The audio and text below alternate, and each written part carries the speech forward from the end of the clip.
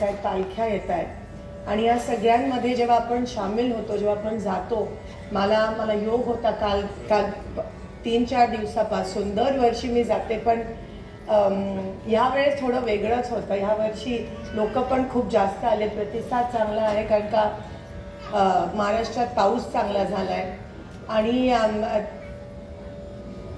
त्यांना एकमेकांमध्ये विठ्ठल दिसून येतो जेव्हा आपण तिथे जातो. आणि मानवतेच्या समोर जेव्हा आपण सामील होतो तेव्हा जाणीव होते की आपण ह्या सगळ्या ह्याच्यात काहीच नाही होत, एक छोटासा क्षण, एक छोटासा कण पण नाही होत. आणि मला असं वाटतं हीच त्या विठ्ठलाची कृपा आहे.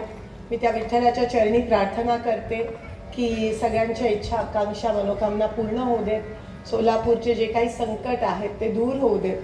सोलापूरचा, महाराष्ट्राचा जो शेतकरी आहे, जो कणा आहे, त्याचे जे काही स्वप्न आणि इच्छा, आकांक्षा, मनोकामना आहेत त्या पूर्ण कर विठ्ठला, अशीच विठ्ठलाच्या चरणी प्रार्थना करते.